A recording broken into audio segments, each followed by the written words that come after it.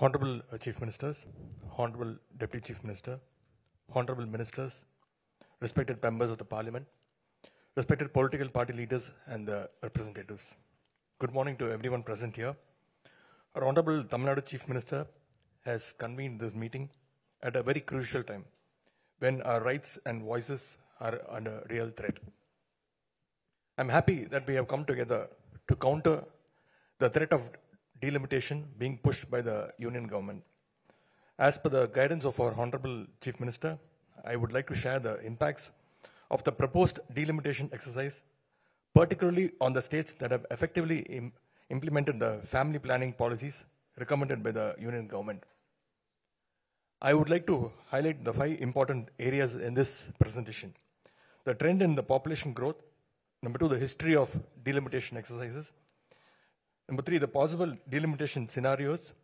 Number 4, the impact on states like us. And number 5, the why we need to join hands right now. For decades, states present here have made significant efforts to control and manage the population growth. We introduced policies, raised awareness, and achieved what the nation aimed for, a stable population growth. While some other states continued to experience rapid population growth, we acted responsibly. As a result, we reached the population replacement rate much earlier than many other states. But instead of being rewarded for this achievement, we are now at the risk of losing our political representation. The green line in this graph clearly shows how effectively the states present here have controlled the population growth rate. On contrary, you can see the violet line, the population growth in other states have continued to rise post-1971. According to the Article 82 of the Indian Constitution, parliamentary seats should be adjusted after every census. Accordingly, the number of seats were increased from 494 to from 489 to 494 as per the census of 1951. This was then increased to 522 seats after the 1961 census. The last delimitation was done in 1973 based on the 1971 census, fixing the number of seats at 543, which is right now. To encourage the states that successfully implemented the population control program, the Constitution was amended earlier to freeze the delimitation exercise. The 42nd Amendment, enacted in the 1976, allowed the delimitation exercise to remain frozen for the next 25 years, that is till 2000. When this period was expired, the 84th Amendment was enacted in 2002, extending the freeze for another 25 years, that is till 2026. As we all know, the freeze implemented in 2002 is set to expire. So what will happen in 2026? The 2021 census, which was postponed due to COVID-19, has still not been done. Particularly, it is a strategy to implement the delimitation after the 2026. If they use the post-2026 census data, the allocation of Lok Sabha seats will change drastically. And here lies the danger. States with high population growth will gain more seats, while states like us, we will lose significant political representation. So far, the Union government is reluctant to make any official statement on the continuation of the freeze imposed in 2002.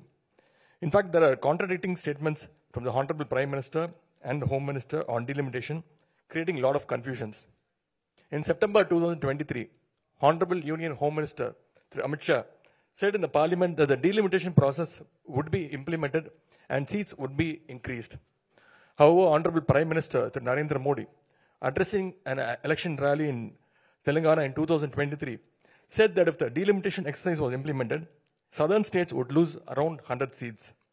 Meanwhile, Union Home Minister, who recently visited Coimbatore, claimed that Tamil Nadu will not be affected by this delimitation exercise.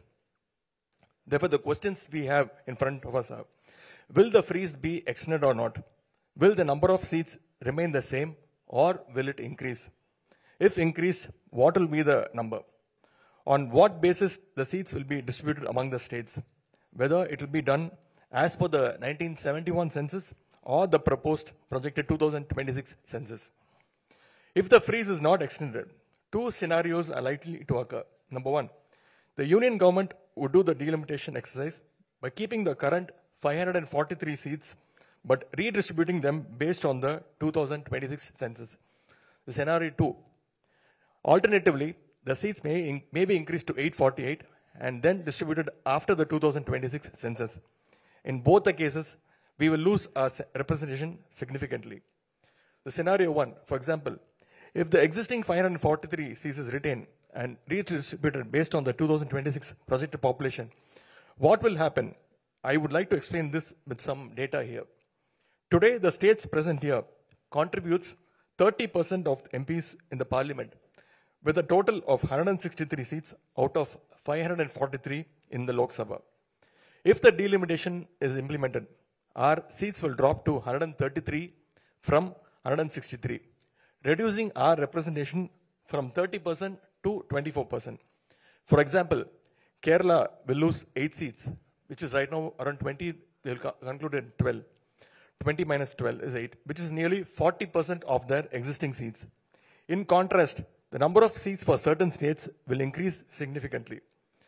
In case the scenario 2 happens, if the number of seats is increased to 848, what will we get?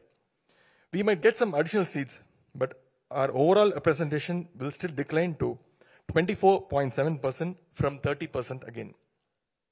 For example, consider the case of Tamil Nadu. If 848 seats are redistributed based on the 1971 census, we should get 61 seats. However, as per projected population of 2026, we will get only 49 seats. Tamil Nadu alone will lose around 12 seats. Kerala will lose around 11 seats. Andhra and Telangana together will lose around 11 seats. And as a team, 7 states present here will lose a total of 44 seats. So what are the possible threats here?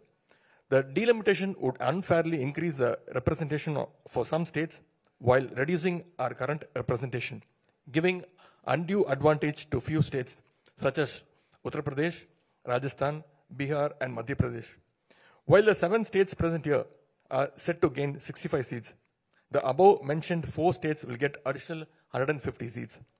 National policies on agriculture, industries, jobs, regional development could be dictated by a few states, sidelining our needs. The formation of union government would be disproportionately influenced by a few states, significantly weakening the political voice of our states.